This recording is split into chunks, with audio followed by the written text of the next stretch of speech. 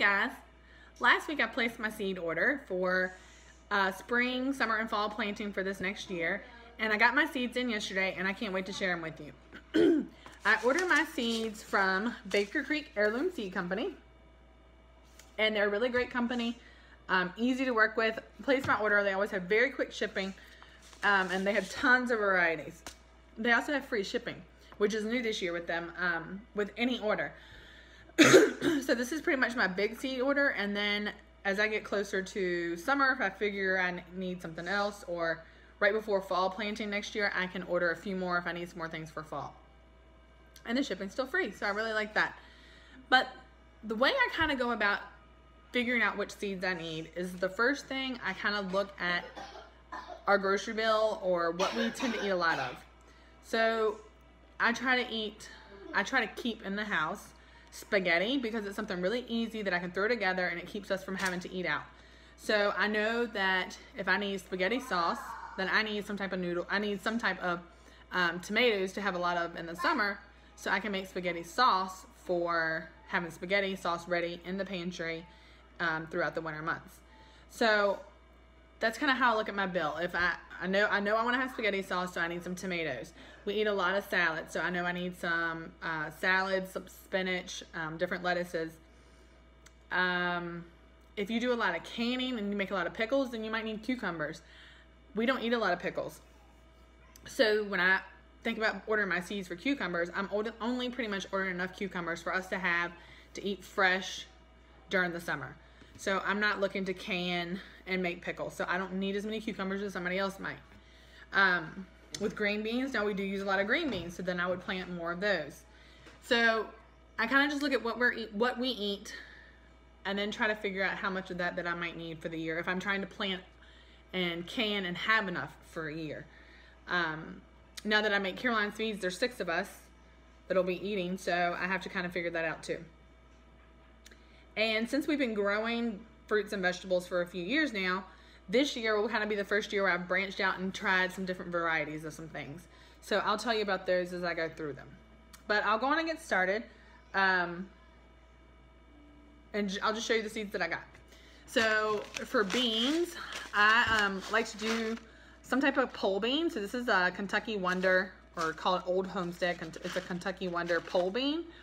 And I like to grow these with a trellis. So I used hog panels last year and then kind of looped them into a form and let the green beans climb them. And they'll do that really, really easy. So this is my green bean that I'm going to grow for this year, the variety I'm growing. This is a new type of bean. So this is what I was talking about, where we've grown these beans and they've done well for us. This year I'm trying a different type of bean, and this is a Chinese noodle bean. You'll see how long they are. They're really great. They're really great for stir fries, and I can't wait to try these. So it's a Chinese red noodle bean. So you'll have to pay attention when we start gardening, and I'll let you know how these go. We eat tons of broccoli and cauliflower, so I'm doing broccoli. This is just a sprouting broccoli, and then a cauliflower I'm doing this year. Since I've been trying to make kimchi, and I want ferments to be a big part of something we do new for this year, I'm going to grow some cabbage. And so I just got a general, kind of like a Napa type cabbage. It's a Chinese cabbage. We're going to grow that. And when you order your seeds, after you order so many seeds, Baker Creek gives you free seed packs. And so another type of, one of the free seed packs they sent me was the Brunswick cabbage, which is more of a head cabbage. So I'm going to plant this too. So I'll have 2 varieties of cabbage to grow this year. And then we always grow carrots. And last year I did these little Nantes scarlet carrot. It's like 6 to 7 inches in length. So it's kind of a smaller carrot. I really liked them last year. They were kind of sweet. The kids liked them. And then we, I didn't grow purple carrots last year, but we will buy purple and yellow carrots at the grocery store. So I'm going to try a purple carrot this year along with our orange carrots. And another one of my free seed packets was a yellow carrot. So we will have, this is Amarillo carrot, so it's a yellow carrot. So I'm excited to try, we will have all 3 varieties, orange, purple, and yellow carrots to grow this year. So I'm excited about those. And then we've got some Jim, it has a fancy name, like Jim corn. Let me look at my Baker Creek book. I've got some seeds left from last year where I grew, here it is, glass Jim corn. Now this is really good for a popping corn, and because we do pop our corn, this is what it looks like. It's this multicolored one here. I have lots of seeds of those left last year because I ordered them really late. And then I only planted a few of them because I was going to save them. So I'm going to try planting them this year and see how they do. But it's really good to keep for popping corn. And we actually have that kind of corn, popping corn in our pantry now. The kids love it. It's when you pop it, it still turns white. But they like seeing the colors beforehand. So we'll do that. And then I just did some regular golden corn. We'll plant some of that too this year. Like I was saying earlier, cucumbers. I don't plant a ton just because we're just going to eat them fresh, but I just did a regular Boston pickling cucumber because I do like the smaller cucumbers even fresh. So I got those. Eggplant. I'm going to plant a little eggplant this year. And I generally do not eat beets. Actually, none of us in the family like beets, but I want to try some beet chips.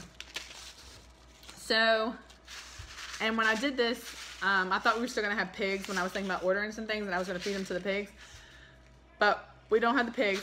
But I'm still going to try these beets. And I'm going to make them into beet chips, probably more so than eating them as cooked or pickled beets. Because we don't really like beets. But I'm thinking all of us might like them if I eat them as, if I make them into beet chips. So we're going to do dark red Detroit beets this year. And I'm going to try making them into beet chips. And we'll see how we all like them.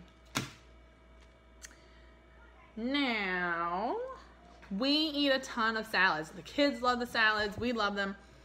And especially in the summer when all of my lettuces, well, spring, when all my lettuces are coming in really well, we'll eat them almost every day. So I have several varieties of lettuce that I'm going to grow this year.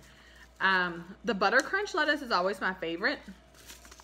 More of like a leaf lettuce, so it doesn't really come to a head. But it's really, really good. I love it.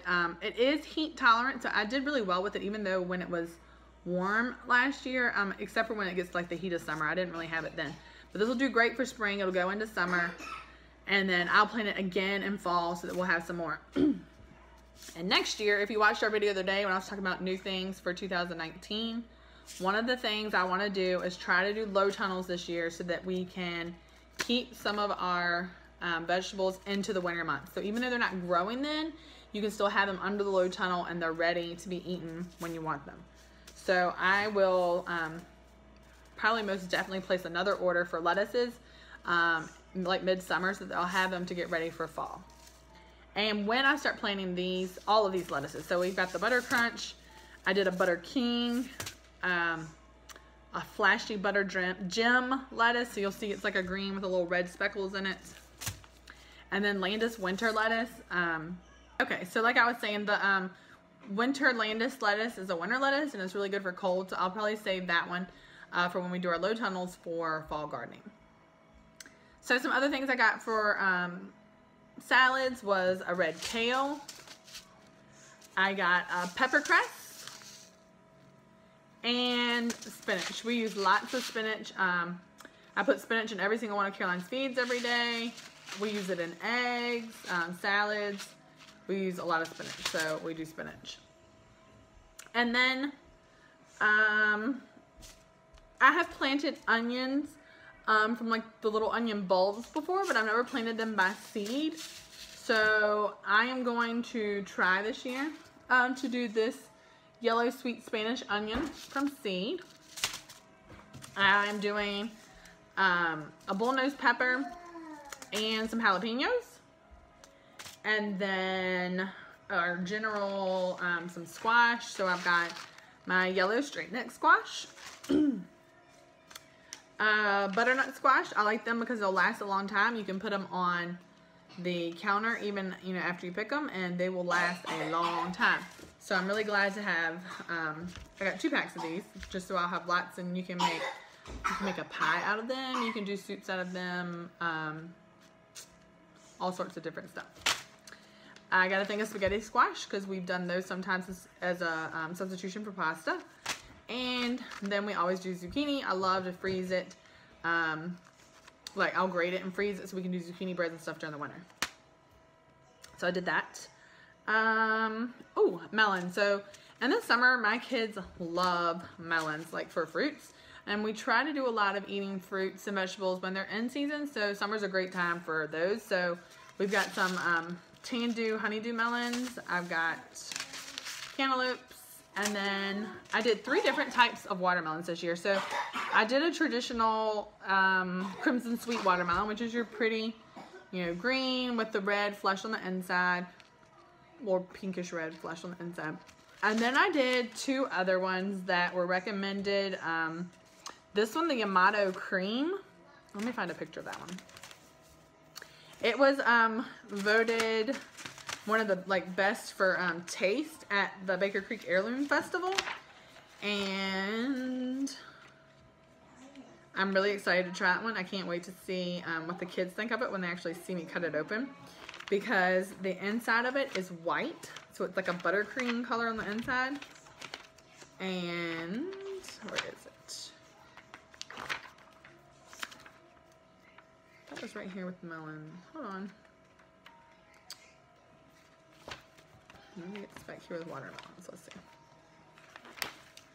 And the other one I got was an orange glow watermelon also. So I had the regular crimson sweet regular watermelon, and then I've got these other 2. Here they are.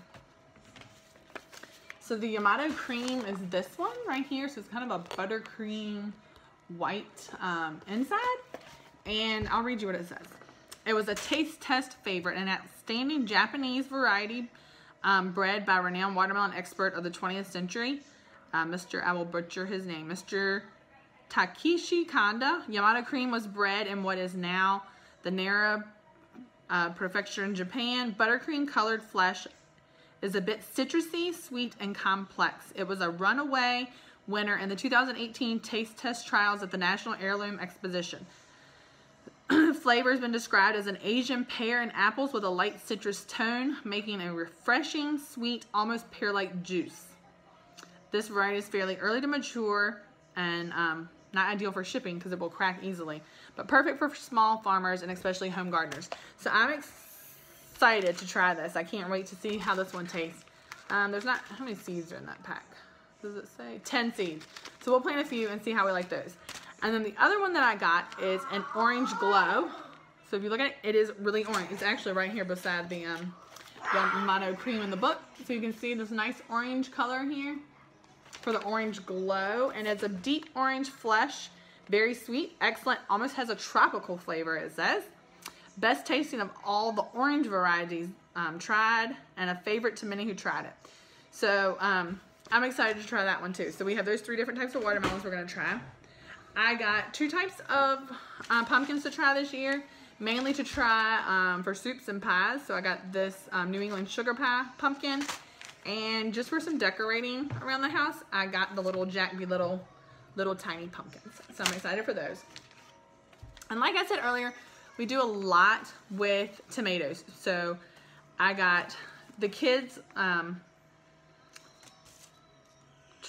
love just to eat a cherry tomato. So I got some cherry tomatoes, and then I got the Amish paste and the San Marzano tomatoes because these are perfect for making sauces. And then I got a Cherokee purple tomato, which would be perfect for slicing and eating. And then the last 3 I got, oh, not last 3. So then I do a lot with companion planting. So I got marigolds and nasturtiums for pest control in the garden. Nasturtiums you can also put in salads, and they're good to eat. And then we always love to do sunflowers. They're also good to use as a trellis and let beans and stuff climb. So I got the sunflowers. And then herbs for this year. Lemon bee balm, so I can get some bees and butterflies and stuff into the garden for pollinators for the garden. Oregano. Basil, perfect for pest control for my tomato plants. Wormwood I'm going to grow this year, which is wonderful for parasite control for chickens, and we also give it to the other animals, which I've been buying it. So this year I'm going to try to grow the herb and give it to the animals for pest control because we don't use chemical wormers. Lavender, we put this in our kombucha. Cilantro and thyme. And then, oh, and then the only other thing This is brand new to me. I don't even know how many of these I'm gonna plant, but I'm gonna try to grow a loofah gourd.